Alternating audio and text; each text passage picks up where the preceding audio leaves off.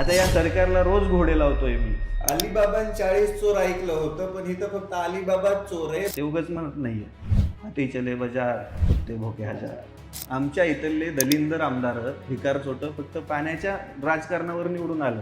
लोक म्हणतात स्थानिकवर बोलत नाही, तोंडावर शिव्या देईल एखाद्या आमदाराला, फटकवेल. पण या दलिंदरांनी सगळ्यात आधी समजून घेतलं पाहिजे की शेतकऱ्यांना नेमकी कशाची गरज आहे. शेतकऱ्यांच्या नावावरती अनेकांनी राजकारण केलं, अनेक संघटना उभा राहिल्या, पण त्या भिकारचोटांनी पदं घेतली, खासदार आमदार झाली की झाले. कधी असं आयुष्यात वेळ आली का की वाटलं आता सगळं सोडून द्यावं आणि घरी बसावं? आज जर थांबलो किंवा आज जरी युटर्न घेतला तर ते म्हणतात ना, पहचान गोरी मान जाईल. हे रक्त स्वाभिमानाचं, हे विकल्या कधीच जाणार नाही. जाहिरात न करता सगळ्यात जास्त शेतकरी जोडल्या गेलेला पोरगा आहे मी.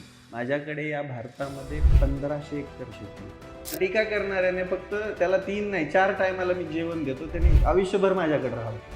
लईच कंड आहे ना त्याला. शेतकऱ्याच्या नावावरती मी राजकारण करतो म्हणणारे त्या प्रत्येकाला एक खुलं चॅलेंज. एखाद्या कंपनीला एक्सपोज करून दाखवा, एखाद्या राजकारण्याचं काळं चिट्ट बाहेर काढून दाखवा. तुम्हाला नाही दुसऱ्या दिवशी ढुंगणावर फटके फोडले तर आपलं नाव रविराज साबळे पाटील बदलून ठेवणार तुम्हाला.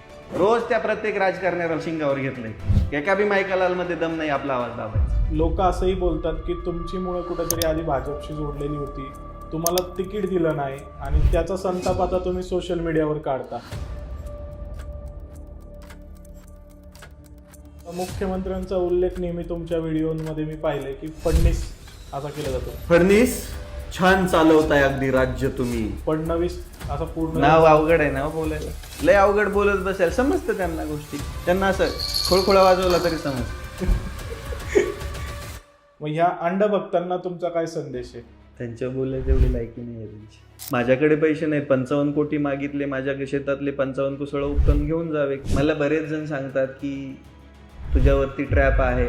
मला 2-4 दिवसापूर्वी समजलं की या ठिकाणी गेल्यानंतर तुला उडवले जाणार आहे. पडोस में रहते गोदेभर का दम लगा लो, जो उखाडना है उखाडलो, अशी भूमिका तुम्ही घेतलेली आहे.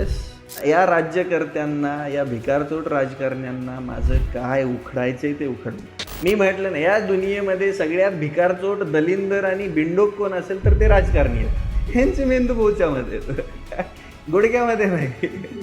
त्याला ज्यांनी ती पाईपलाईन मंजूर करून दिली, पाणी सेपरेट दिलं ना, तो खरंच मुक्त येत असेल रोज. याच्या काही कंप्लेंट महिला आयोगाकडे देखील गेलेल्या होत्या आधी सुद्धा, पण त्याची दखल घेतली गेली नाही. आणि ज्यावेळेस पाणी डोक्यावरून जातंय. दरम्यान अनेक महिलांचं शोषण करणाऱ्या या भोंदूच्या प्रकरणामध्ये रुपाली चाकणकरांनी